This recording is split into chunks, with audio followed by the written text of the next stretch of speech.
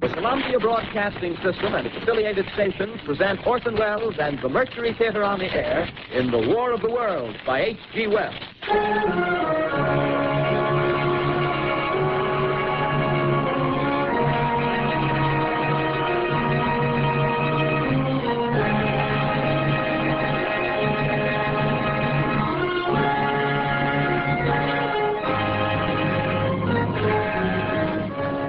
Ladies and gentlemen, the director of the Mercury Theater and star of these broadcasts, Orson Welles.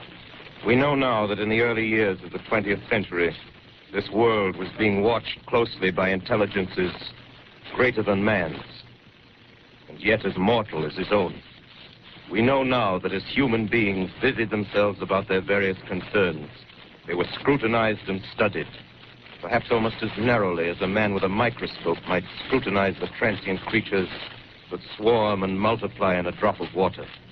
With infinite complacence, people went to and fro over the earth about their little affairs, serene in the assurance of their dominion over this small, spinning fragment of solar driftwood, which by chance or design, man has inherited out of the dark mystery of time and space. Yet across an immense ethereal gulf, minds that are to our minds as ours are to the beasts in the jungle, intellects, vast, cool, and unsympathetic, regarded this earth with envious eyes and slowly and surely drew their plans against us. In the 39th year of the 20th century came the Great Disillusionment. Near the end of October, business was better. The war scare was over. More men were back at work. Sales were picking up. On this particular evening, October 30th, the Crosley service estimated that 32 million people were listening in on radios. Next 24 hours, not much change in temperature. A slight atmospheric disturbance of undetermined origin is reported over Nova Scotia, causing a low-pressure area to move down rather rapidly over the northeastern states, bringing a forecast of rain accompanied by wind of light gale force. Maximum temperature 66, minimum 48. This weather report comes to you from the Government Weather Bureau. We take you now to the Meridian Room in the Hotel Park Plaza in downtown New York, where you will be entertained by the music of Raymond Raquello and his orchestra.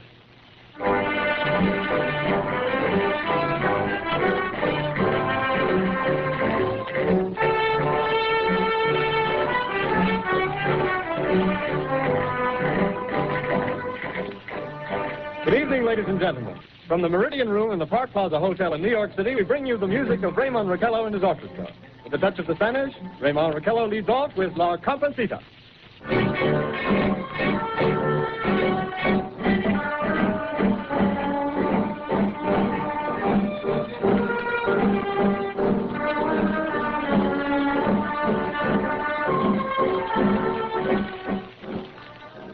Ladies and gentlemen, we interrupt our program of dance music to bring you a special bulletin from the Intercontinental Radio News. At 20 minutes before 8 Central Time, Professor Farrell of the Mount Jennings Observatory, Chicago, Illinois, reports observing several explosions of incandescent gas occurring at regular intervals on the planet Mars.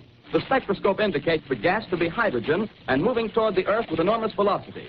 Professor Pearson of the observatory at Princeton confirms Farrell's observation and describes the phenomenon as, quote, like a jet of blue flame shot from a gun, unquote. We now return you to the music of Raymond Raquello, playing for you in the Meridian Room of the Park Plaza Hotel, situated in downtown New York.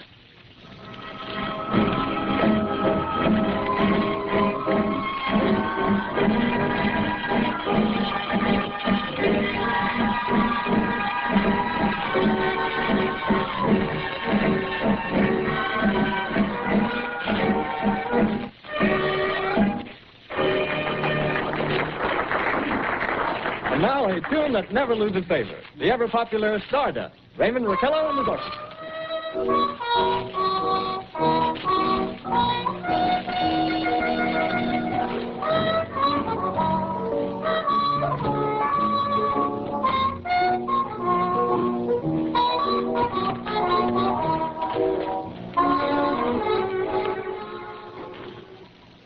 Ladies and gentlemen, following on the news given in our bulletin a moment ago, the Government Meteorological Bureau has requested the large observatories of the country to keep an astronomical watch on any further disturbances occurring on the planet Mars.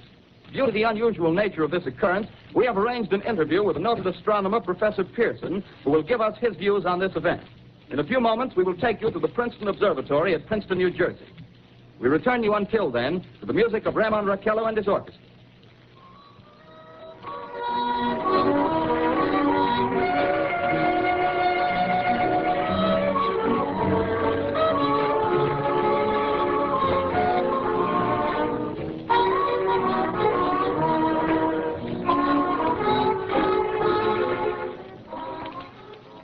We are ready now to take you to the Princeton Observatory at Princeton, where Carl Phillips, our commentator, will interview Professor Richard Pearson, famous astronomer.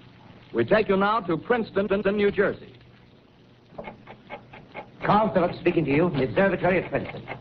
I'm standing in a large semicircular room, pitch black except for an oblong slit in the ceiling. Through this opening, I can see a sprinkling of stars that cast a kind of frosty glow over the intricate mechanism of the huge telescope. The ticking sound you hear is the vibration of the clockwork.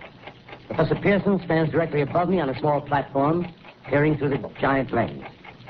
I ask you to be patient, ladies and gentlemen, during any delay that may arise during our interview.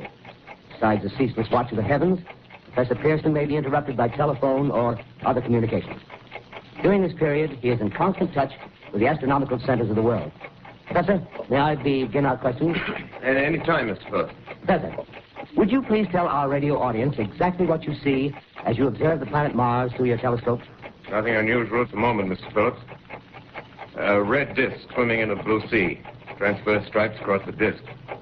Quite distinct now because Mars happens to be at the point nearest the Earth, in opposition, as we call it. In your opinion, what do these transverse stripes signify, Professor? Not canals, I can assure you, Mr. Phillips. Although that's the popular conjecture of those who imagine Mars to be inhabited. From a scientific viewpoint, the stripes are merely the result of atmospheric conditions peculiar to the planet. Then you're quite convinced, as a scientist, that living intelligence as we know it does not exist on Mars? I'd say the chances against it are 1,000 to 1.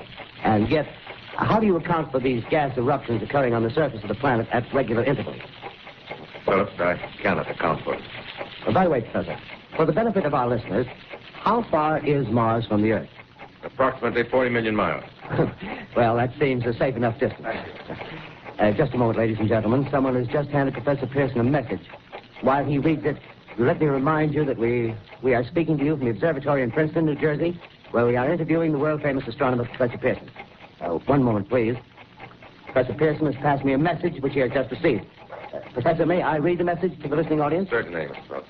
Ladies and gentlemen, I shall read you a wire addressed to Professor Pearson from Dr. Gray of the Natural History Museum, New York.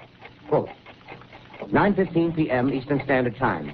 Seismograph registered shock of almost earthquake intensity occurring within a radius of 20 miles of Princeton. Please investigate. Signed, Lloyd Gray, Chief of Astronomical Division. Unquote. Professor Pearson, could this occurrence possibly have something to do with the disturbances observed on the planet Mars? Hardly, Mr. Phillips. This is probably a meteorite of unusual size, and its arrival at this particular time is merely a coincidence.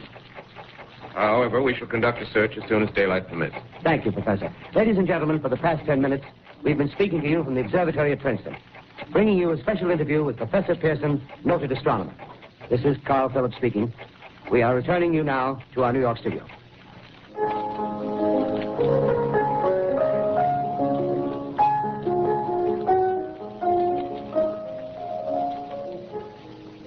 Ladies and gentlemen, here is the latest bulletin from the Intercontinental Radio News.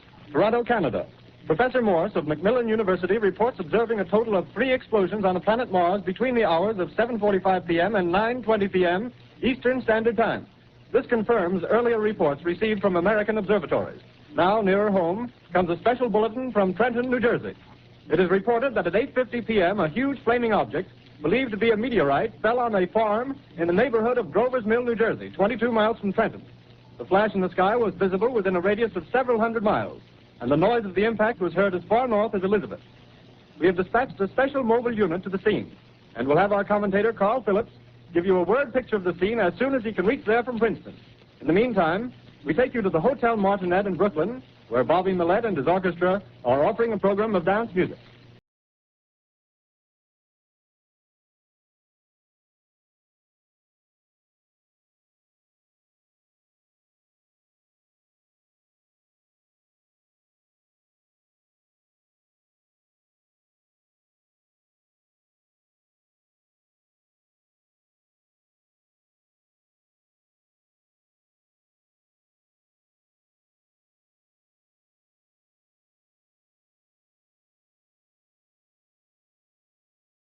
Professor Pearson and myself made the 11 miles from Princeton in 10 minutes. Well, I hardly know where to begin. Thankfully, your word picture of a strange scene before my eyes, like something out of a modern Arabian Night. Well, I just got here. I haven't had a chance to look around yet. I guess that's it. Yes, I guess that's the thing directly in front of me, half buried in a vast pit. Must have struck with terrific force. The ground is covered with splinters of a tree. It must have struck on its way down. But I can see the object itself doesn't look very much like a meteor. At least not the meteors I've seen. It looks more like a huge cylinder. Has a diameter of, what would you say, Professor Pearson? What's that? What would you say, what's the diameter of this? About 30 yards. About 30 yards. The metal on the sheath is, well, I've never seen anything like it. The color is sort of yellowish white. Its curious spectators now are pressing close to the object in spite of the efforts of the police to keep them back, getting in front of my line. Would you mind standing one side, please, while the police pushing the crowd back? Here's Mr. Wilmot, owner of the farm here. He may have some interesting facts to add. Mr. Wilmot, would you please tell the radio audience as much as you remember of this rather unusual visitor that stopped in your backyard? Step closer, please. Ladies and gentlemen, this is Mr. Wilmot. Well, I was listening to the radio. Closer and louder, please. Pardon me? Louder, please, closer. Yes. I was listening to the radio and kind of drowsy. That professor fellow was talking about Mars, so I was half dozing and half... Yes, Mr. Wilmot, and then what happened? Well, as I was saying, I was listening to the radio, kind of halfway. Yes, Mr. Wilmot, and then you saw something. Well, not first off. I heard something. And what did you hear? A hissing sound like this. Kind of like a 4th of July rocket. Yes, then what? I turned my head out the window and would have sworn I was asleep and dreaming. Yes? I seen a kind of greenish streak and then zingo. Something smacked the ground, knocked me clear out of my chair. Well, were you frightened, Mr. Wilmot? Well, I ain't quite sure. I reckon I was kind of riled. Well, thank you, Mr. Wilmot. Thank you very much. You want me to tell No, that's quite all right. That's plenty. Ladies and gentlemen, you've just heard Mr. Wilmot, owner of the farm where this thing has fallen. I wish I could convey the atmosphere, the background of this fantastic scene. Hundreds of cars are parked in a field in back of us, and the police are trying to rope off the roadway leading into the farm, but it's no use. They're breaking right through. Car's headlights throw an enormous spotlight on the pit where the object's half buried. Now, some of the more daring souls now are venturing near the edge. The silhouettes stand out against the metal sheen. One man wants to touch the thing. He's having an argument with the policeman. The policeman wins. Now, ladies and gentlemen, there's something I haven't mentioned in all this excitement, but it's becoming more distinct. Perhaps you've caught it already on your radio. Listen, please. Do you hear it? It's a curious humming sound that seems to come from inside the object. I'll move the microphone nearer. Here. Now, we're not more than 25 feet away. Can you hear it now? Professor Pearson. Yes, can you tell us the meaning of that scraping noise inside the thing? Possibly the unequal cooling of its surface. I say, do you still think it's a meteor, Professor? I don't know what to think. The metal casing is definitely extraterrestrial. Not found on this Earth. Friction with the Earth's atmosphere usually tears holes in a meteorite. This thing is smooth, and you can see its cylindrical Just a minute. shape. Something's happening. Ladies and gentlemen, this is terrific. This end of the thing is beginning to flake off. The top is beginning to rotate like a screw, and this thing must be hollow. He's moving. Keep back there. Keep those men back. Keep back there. Keep those idiots back. He's off. The top blew. Go, Dad. Stand back. Ladies and gentlemen, this is the most terrifying thing I've ever witnessed. Wait a minute.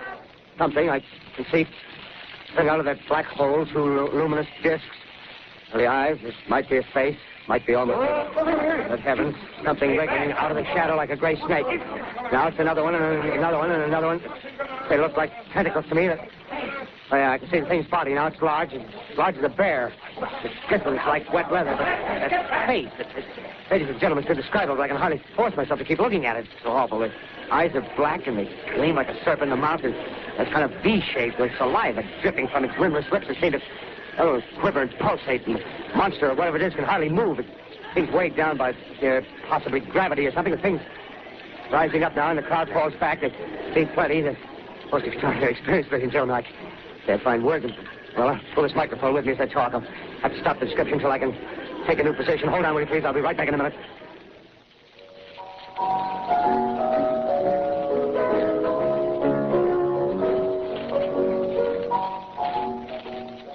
We are bringing you an eyewitness account of what's happening on the Wilmot Farm, Grover's Mill, New Jersey.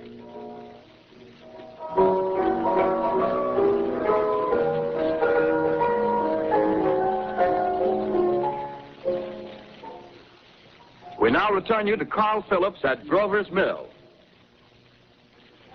Ladies and gentlemen, am I on?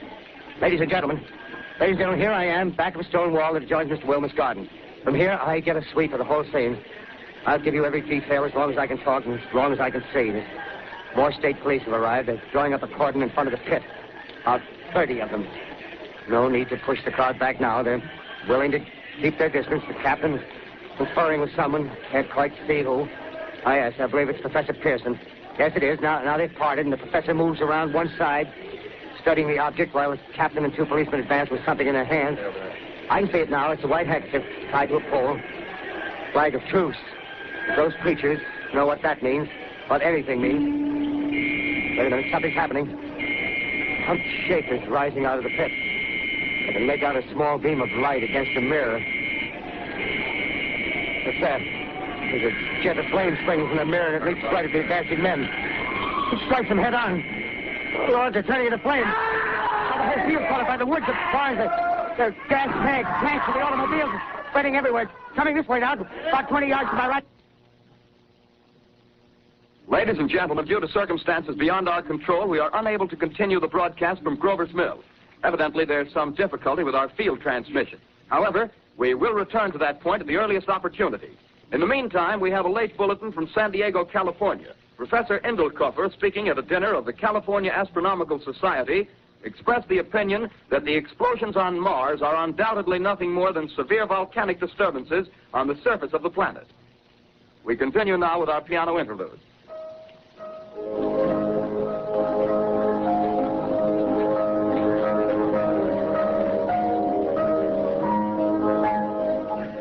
Ladies and gentlemen, I've just been handed a message that came in from Grover's Mill by telephone. Just one moment, please. At least 40 people, including 6 state troopers, lie dead in a field east of the village of Grover's Mill. Their bodies burned and distorted beyond all possible recognition. The next voice you hear will be that of Brigadier General Montgomery Smith, commander of the state militia at Trenton, New Jersey. I have been requested by the governor of New Jersey to place the counties of Mercer and Middlesex as far west as Princeton and east to Jamesburg under martial law. No one will be permitted to enter this area except by special pass issued by state or military authorities. 4 companies of state militia are proceeding from Trenton to Grover's Mill and will aid in the evacuation of homes within the range of military operations. Thank you. You have just been listening to General Montgomery Smith, commanding the state militia at Trenton. In the meantime, further details of the catastrophe at Grover's Mill are coming in. The strange creatures, after unleashing their deadly assault, crawled back in their pit and made no attempt to prevent the efforts of the firemen to recover the bodies and extinguish the fire. The combined fire departments of Mercer County are fighting the flames which menace the entire countryside. We have been unable to establish any contact with our mobile unit at Grover's Mill, but we hope to be able to return you there at the earliest possible moment. In the meantime, we take you to... Just one moment, please. Ladies and gentlemen, I have just been informed that we have finally established communication with an eyewitness of the tragedy. Professor Pearson has been located at a farmhouse near Grover's Mill, where he has established an emergency observation post. As a scientist, he will give you his explanation of the calamity. The next voice you hear will be that of Professor Pearson, brought to you by direct wire. Professor Pearson. Of the creatures in the rocket cylinder at Grover's Mill, I can give you no authoritative information, either as to their nature, their origin, or their purposes here on Earth. Of their destructive instrument, I might venture some conjectural explanation. For want of a better term, I shall refer to the mysterious weapon as a heat ray. It's all too evident that these creatures have scientific knowledge far in advance of our own. It's my guess that in some way they are able to generate an intense heat in a chamber of practically absolute non-conductivity. This intense heat they project in a parallel beam against any object they choose by means of a polished parabolic mirror of unknown composition, much as the mirror of a lighthouse projects a beam of light. That is my conjecture of the origin of the heat ray. Thank you, Professor Pearson. Ladies and gentlemen, here is a bulletin from Trenton. It is a brief statement informing us that the charred body of Carl Phillips has been identified in a Trenton hospital. Now here's another bulletin from Washington, D.C. The Office of the Director of the National Red Cross reports 10 units of Red Cross emergency workers have been assigned to the headquarters of the state militia, stationed outside of Grover's Mill, New Jersey. Here's a bulletin from State Police, Princeton Junction. The fires at Grover's Mill and vicinity are now under control. Scouts report all quiet in the pit, and there is no sign of life appearing from the mouth of the cylinder. Now, ladies and gentlemen, we have a special statement from Mr. Harry McDonald, Vice President in charge of operations. We have received a request from the State Militia of Trenton to place at their disposal our entire broadcasting facilities. In view of the gravity of the situation, and believing that radio has a responsibility to serve in the public interest at all times, we are turning over our facilities to the State Militia at Trenton. We take you now to the field headquarters of the State Militia near Grover's Mill, New Jersey.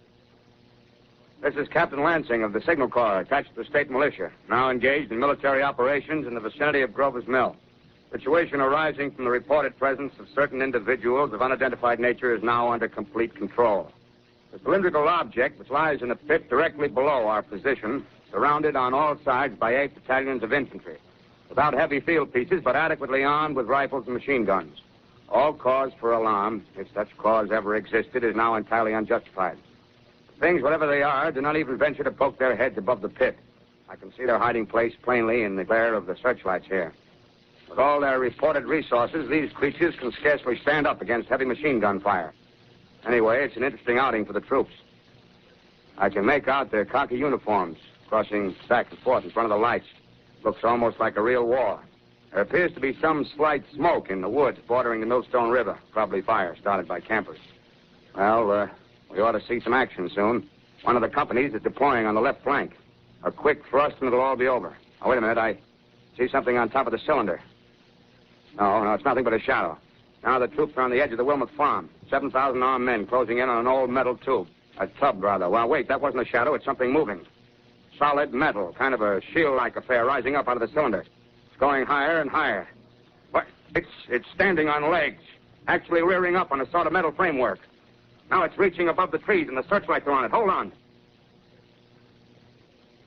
Ladies and gentlemen, I have a grave announcement to make. Incredible as it may seem, both the observations of science and the evidence of our eyes lead to the inescapable assumption that those strange beings who landed in the Jersey farmlands tonight are the vanguard of an invading army from the planet Mars. The battle which took place tonight at Grover Mills has ended in one of the most startling defeats ever suffered by an army in modern times. 7,000 men armed with rifles and machine guns pitted against a single fighting machine of the invaders from Mars. 120 known survivors. The rest strewn over the battle area from Grover's Mill to Plainsboro, crushed and trampled to death under the metal feet of the monster, or burned to cinders by its heat ray. The monster is now in control of the middle section of New Jersey and has effectively cut the state through its center. Communication lines are down from Pennsylvania to the Atlantic Ocean. Railroad tracks are torn and service from New York to Philadelphia discontinued, except routing some of the trains through Allerton and Phoenixville. Highways to the north, south, and west are clogged with frantic human traffic. Police and army reserves are unable to control the mad flight. By morning, the fugitives will have swelled Philadelphia, Camden, and Trenton. It is estimated to twice their normal population. Martial law prevails throughout New Jersey and eastern Pennsylvania. At this time, we take you to Washington for a special broadcast on the national emergency. The Secretary of the Interior. Citizens of the nation, I shall not try to conceal the gravity of the situation that confronts the country, nor the concern of your government in protecting the lives and property of its people. However, I wish to impress upon you, private citizens and public officials, all of you, the urgent need of calm and resourceful action. Fortunately, this formidable enemy is still confined to a comparatively small area, and we may place our faith in the military forces to keep them there. In the meantime, placing our faith in God, we must continue the performance of our duties, each and every one of us, so that we may confront this destructive adversary with a nation united, courageous, and consecrated to the preservation of human supremacy on this earth. I thank you. You have just heard the Secretary of the Interior speaking from Washington. Bulletins too numerous to read are piling up in the studio here. We're informed that the central portion of New Jersey is blacked out from radio communication due to the effect of the heat ray upon power lines and electrical equipment. Here's a special bulletin in New York. Cables have been received from English, French, and German scientific bodies offering assistance. Astronomers report continued gas outbursts at regular intervals on the planet Mars. The majority voiced the opinion that the enemy will be reinforced by additional rocket machines. There have been several attempts made to locate Professor Pearson of Princeton, who has observed Martians at close range. It is feared he was lost in the recent battle. Langham Field, Virginia. Scouting planes report 3 Martian machines visible above treetops, moving north toward Somerville with population fleeing ahead of them. The heat ray is not in use, although advancing at express train speed. Invaders pick their way carefully. They seem to be making a conscious effort to avoid destruction of cities and countryside. However, they stop to uproot power lines, bridges, and railroad tracks. Their apparent objective is to crush resistance, paralyze communication, and disorganize human society. Here is a bulletin from Basking Ridge, New Jersey. Coon hunters have stumbled on a second cylinder similar to the first, embedded in the great swamp 20 miles south of Morristown. Army field pieces are proceeding from Newark to blow up the second invading unit before the cylinder can be opened and the fighting machine rigged. They are taking up a position in the foothills of Watchung Mountains. Another bulletin from Langham Field, Virginia. Scouting planes report enemy machines, now 3 in number, increasing speed northward, kicking over houses and trees in their evident haste to form a conjunction with their allies south of Morristown. Machines also sighted by telephone operator east of Middlesex, within 10 miles of Plainfield. Here's a bulletin from Winston-Field, Long Island. A fleet of Army bombers carrying heavy explosives flying north in pursuit of enemy. Scouting planes act as guides. They keep the speeding enemy in sight. Just a moment, please, ladies and gentlemen. We've run special wires to the artillery line and adjacent villages to give you direct reports from the zone of the advancing enemy. First, we take you to the battery of the 22nd Field Artillery, located in the Watchung Mountains. Range 32 meters. 32 meters. Projection 39 degrees. 39 degrees. Fire. 140 yards to the right, sir. Shift range 31 meters. 31 meters. Projection 37 degrees. 37 degrees. Fire. Hit, sir. Got the tripod of one of them. They're stopped. The others are trying to repair it. Quick, get the range. Shift 30 meters. 30 meters. Projection 27 degrees. 27 degrees. Fire. Can see the shell lamp, sir. Letting off a smoke. What is it? Black smoke, sir. Moving this way. Lying close to the ground. Moving fast. Put on gas mask. Get ready to fire. Shift to 24 meters. 24 meters. Projection 24 degrees. 24 degrees. Fire.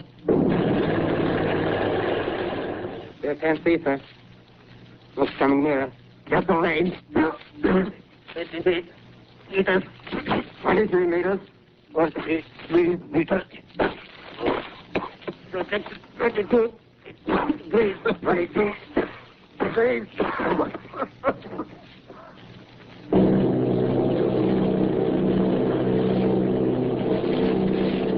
Army bombing plane B-843 off Bayonne, New Jersey. Lieutenant Bolt, commanding 8 bombers, reporting to Commander Fairfax, Langham Field. This is Bolt reporting to Commander Fairfax, Langham Field. Enemy tripod machines now in sight. Reinforced by 3 machines from the Morristown cylinder, 6 altogether. 1 machine partially crippled. Believed hit by shell from Army gun in Watchung Mountains. Guns now appear silent. A heavy black fog hanging close to the earth of extreme density, nature unknown. No sign of heat ray. Enemy now turns east, crossing Passaic River in the Jersey marshes. Another straddles the Pulaski Skyway. Evident objective is New York City. They're pushing down a high-tension power station. Machines are close together now, and we're ready to attack. Planes circling, ready to strike. 1,000 yards, and we'll be over the first. 800 yards. 600.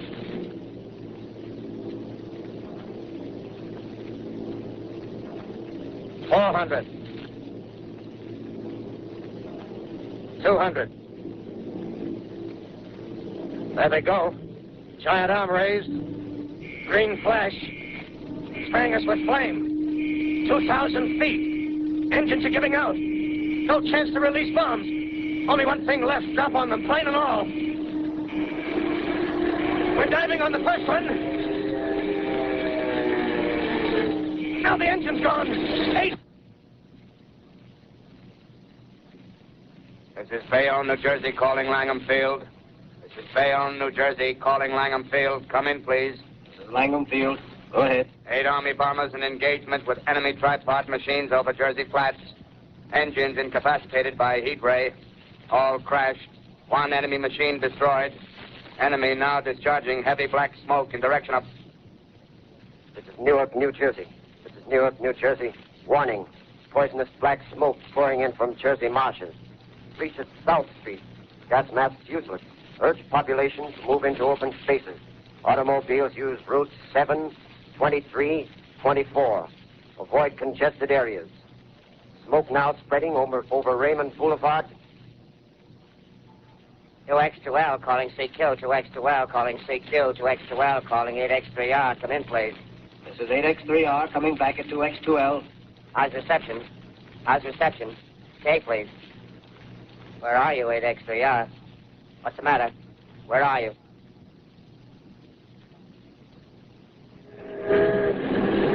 I'm speaking from the roof of Broadcasting Building. I'm speaking from the roof of Broadcasting Building, New York City. The bells you hear are ringing to warn the people to evacuate the city as the Martians approach.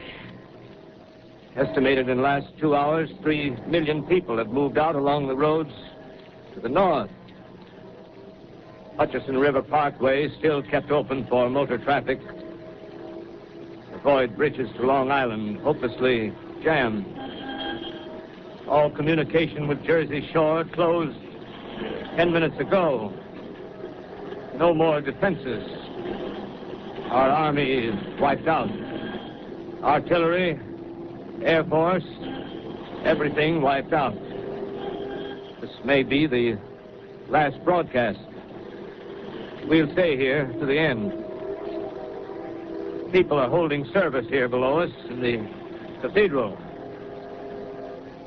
Now I look down the harbor, all manner of boats, overloaded with fleeing population, pulling out from docks. Streets are all jammed. Noise in crowds like New Year's Eve in city. Wait a minute, the enemy is now in sight above the Palisades. Five great machines. First one is crossing the river. I can see it from here, wading the Hudson like a man wading through a brook. A bulletin is handed me. Martian cylinders are falling all over the country.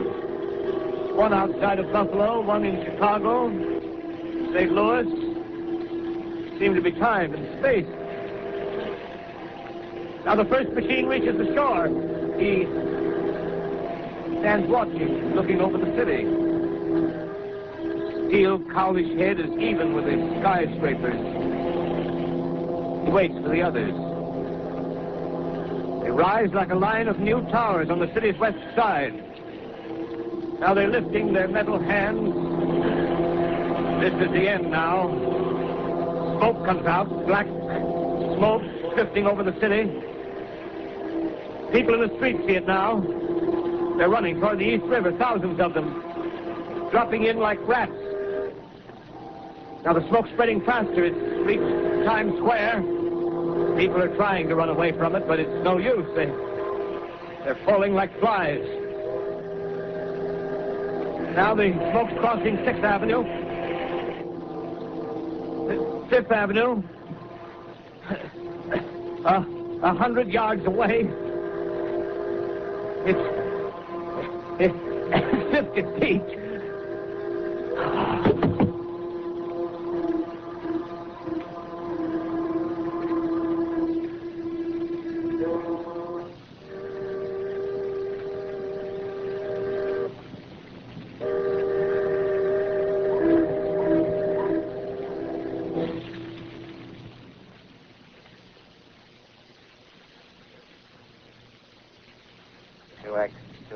Calling CQ. 2X2L calling CQ. 2X2L calling CQ, New York. Isn't there anyone on the air? Isn't there anyone on the air? Isn't there anyone? 2X2L. You are listening to a CBS presentation of Orson Welles and the Mercury Theater on the Air in an original dramatization of The War of the Worlds by H.G. Wells. The performance will continue after a brief intermission. This is the Columbia Broadcasting System. The War of the Worlds by H.G. Wells, starring Orson Welles and the Mercury Theater on the air.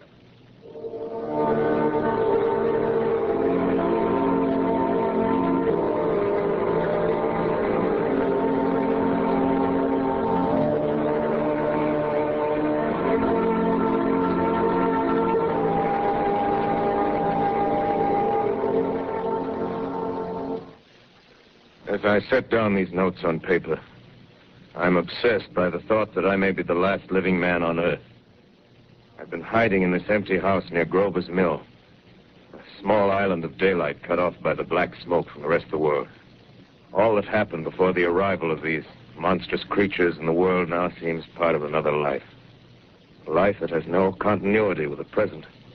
Furtive existence of the lonely derelict who pencils these words on the back of some astronomical notes bearing the signature of Richard Pearson. I look down at my blackened hand, and I try to connect them with a professor who lives at Princeton and who, on the night of October 20th, glimpsed through his telescope an orange splash of light on a distant planet. My wife, my colleagues, my students, my books, my observatory, my world. Where are they? Did they ever exist? Am I Richard Pearson? What day is it? Do days exist without calendars? Does time pass when there are no human hands left to wind the clocks? Writing down my daily life, I tell myself I shall preserve human history between the dark covers of this little book that was meant to record the movements of the stars. But to write, I must live, and to live, I must eat. Find molded bread in the kitchen and an orange not too spoiled to swallow. Keep watch at the window. Time to time, I catch sight of a Martian above the black smoke. The smoke still holds the house in its black coil, but at length there's a hissing sound, and suddenly I see a Martian mounted on his machine, spraying the air with a jet of steam as if to dissipate the smoke. I watch in a corner as his huge metal legs nearly brush against the house. Exhausted by terror, I fall asleep. Morning. Sun streams in the window. A black cloud of gas is lifted, and the scorched meadows to the north look as though a black snowstorm had passed over them. I venture from the house. I make my way to a road, no traffic. Here and there, a wrecked car, baggage overturned, a blackened skeleton. Push on north. For some reason, I feel safer trailing these monsters than running away from them. And I keep a careful watch. I've seen the Martians feed. Should one of their machines appear over the top of trees, I'm ready to fling myself flat on the earth. Come to a chestnut tree. October. Chestnuts are ripe. Fill my pockets. I must keep alive. 2 days I wander in a vague northerly direction through a desolate world. Finally, I notice a living creature. A small red squirrel in a beech tree. I stare at him and wonder. He stares back at me. I believe at that moment the animal and I shared the same emotion. The joy of finding another living being. Push on north. I find dead cows in a brackish field, and beyond the charred ruins of a dairy and a silo, remain standing guard over the wasteland like a lighthouse. Deserted by the sea. Astride the silo perches a weathercock. The arrow points north. North. Next day, I come to a city. City vaguely familiar in its contours, yet its buildings strangely dwarfed and leveled off as if a giant had sliced off its highest towers with a capricious sweep of his hand. Reached the outskirts, I found Newark. Newark, undemolished but humbled by some whim of the advancing Martians. Presently, with an odd feeling of being watched, I caught sight of something crouching in a doorway. I made a step towards it. It rose up and became a man. A man armed with a large knife. Stop! Where do you come from? I come from many places. A long time ago, from Princeton. Princeton, huh? That's near Grover's Mill. Yes. Grover's Mill. There's no food here. This is my country. All this end of town down the river. There's only food for one. Which way are you going? I don't know. I guess I'm looking for people. And what was that? Did you hear something just then? No, only a bird. A live bird. You get to know that birds have shadows these days. Say, we're in the open here. Let's crawl in this doorway here and talk. Have you seen any Martians? No. They're going over to New York. Night, the sky's alive with their lights, just as if people were still living in it. By daylight, you can't see them. 5 days ago, a couple of them carried something big across the flats from the airport. I think they're learning how to fly. Fly? Yeah, fly. Well, it's all over with humanity. Stranger, there's still you and I. 2 of us left. Yeah. They got themselves in solid. They wrecked the greatest country in the world. Those green stars, they're probably falling somewhere every night. They've only lost 1 machine. There isn't anything to do. We're done. We're licked. Where were you? You're in a uniform. Yeah, what's left of it. I was in the militia. National Guard. That's good. There wasn't any war. Any more than there's war between men and ants. Yes, but we're eatable ants. I found that out. What'll they do to us? I thought it all out. Right now, we're caught as we're wanted. The Martian only has to go a few miles to get a crowd on the run. But they won't keep on doing that. They'll begin catching us systematic, like keeping the best and storing us in cages and things. They haven't begun on us yet. Not begun? Not begun. All that's happened so far is because we don't have sense enough to keep quiet. Bothering them with guns and such stuff and losing our heads and rushing off in crowds. Now, instead of our rushing around blind, we got to fix ourselves up. Fix ourselves up according to the way things are now. Cities, nations, civilization, progress. Yes, but if that's so, what is there to live for? Well, there won't be any more concerts for 1,000,000 years or so, and no nice little dinners at restaurants. If it's amusement you're after, I guess the game's up. What is there left? Life, that's what. I want to live. Yeah, and so do you. We're not going to be exterminated. And I don't mean to be caught either. Tamed and fattened and bred like an ox. What are you going to do? I'm going on. Right under their feet. I got a plan. We men, as men, we're finished. We don't know enough. We got to learn plenty before we got a chance. We've got to live and keep free while we learn, see? I've thought it all out, see? Well, tell me the rest. Well, it isn't all of us that are made for wild beasts. That's what it got to. That's what it got to be. That's why I watched you. Watched you. All those little office workers that used to live in these houses. They be no good. They haven't any stuff in them. They used to run off to work. I've seen hundreds of them running to catch their commuter's train in the morning, afraid they'd get canned if they didn't. Running back at night, afraid they wouldn't be in time for dinner. Lives insured and a little invested in case of accidents. Yeah, and on Sundays, worried about the hereafter. Well, the Martians, they'll be a godsend for those guys. Nice, roomy cages, good food, careful breeding, no worries. Yeah, after a week or so of chasing around the fields on empty stomachs, they'll come and be glad to be caught. You've thought it all out, haven't you? Sure, you bet I have. That isn't all. These Martians are going to make pets of some of them. Train them to do tricks. Who knows, get sentimental over the pet boy who grew up and had to be killed. Yeah, and some maybe, they'll train to hunt us. Oh, no, it's impossible. Human Yes, they will. There's men who do it gladly. If one of them ever comes after me, by... In the meantime, you and I and others like us, where are we to live when the Martians own the Earth? I got it all figured out. Live underground. I've been thinking about the sewers. Under New York, there are miles and miles of them. The main ones, they're big enough for anybody. And there's cellars, vaults, underground storerooms, railway tunnels, subways. You begin to see, huh? They got a bunch of strong men together. No weak. That rubbish, out.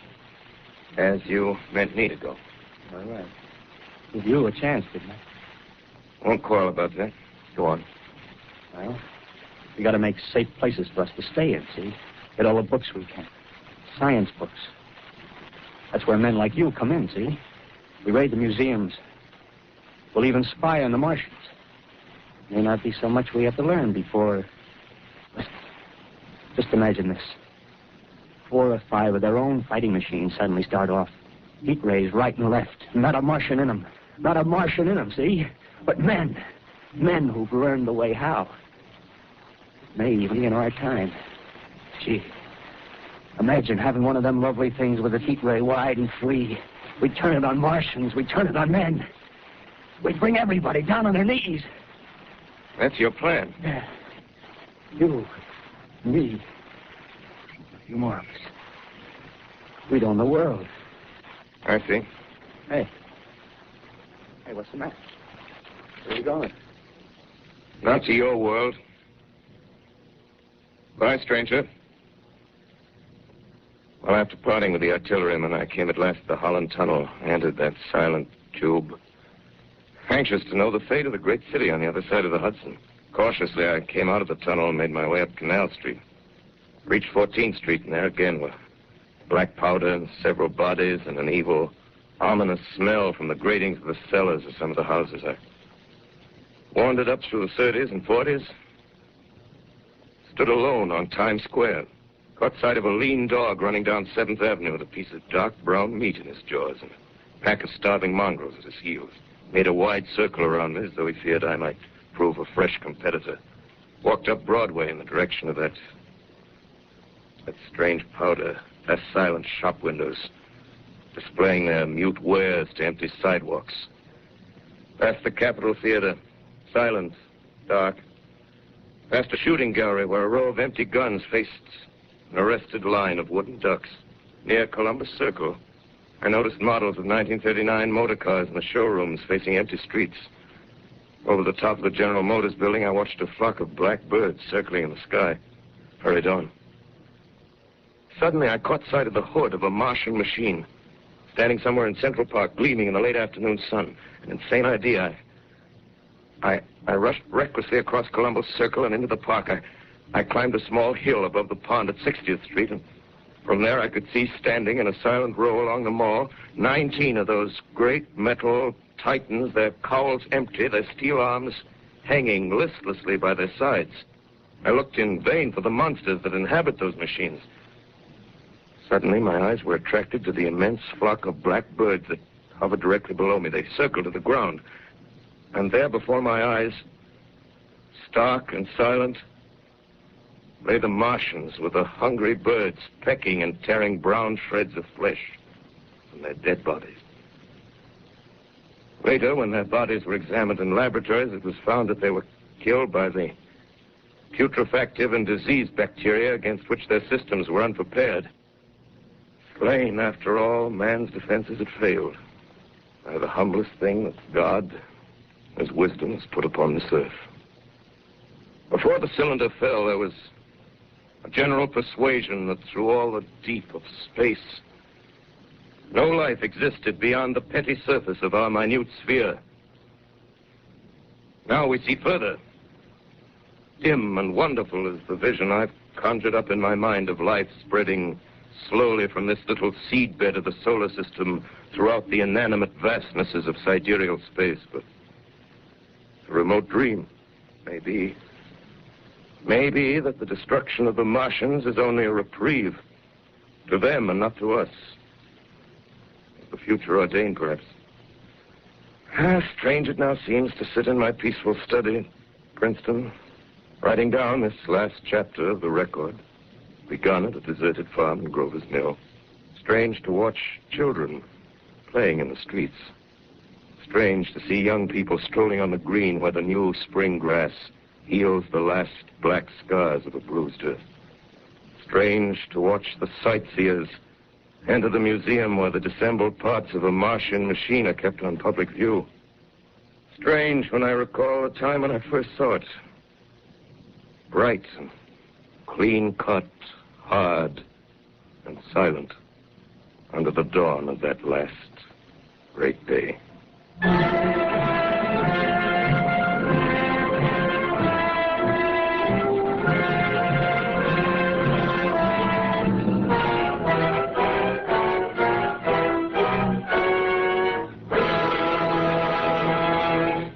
This is Orson Welles, ladies and gentlemen, out of character, to assure you that the War of the Worlds has no further significance than as the holiday offering it was intended to be. The Mercury Theater's own radio version of dressing up in a sheet and jumping out of a bush and saying boo. Starting now, we couldn't soap all your windows and steal all your garden gates by tomorrow night, so we did the best next thing. We annihilated the world before your very ears and utterly destroyed the CBS. You will be relieved, I hope, to learn that we didn't mean it and that both institutions are still open for business. So goodbye, everybody, and remember, please, for the next day or so, the terrible lesson you learned tonight. That grinning, glowing, globular invader of your living room is an inhabitant of the pumpkin patch, and if your doorbell rings and nobody's there, that was no Martian. It's Halloween.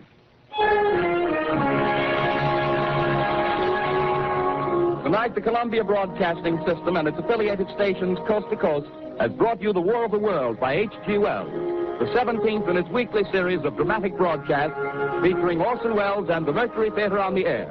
Next week, we present a dramatization of 3 famous short stories. This is the Columbia Broadcasting System.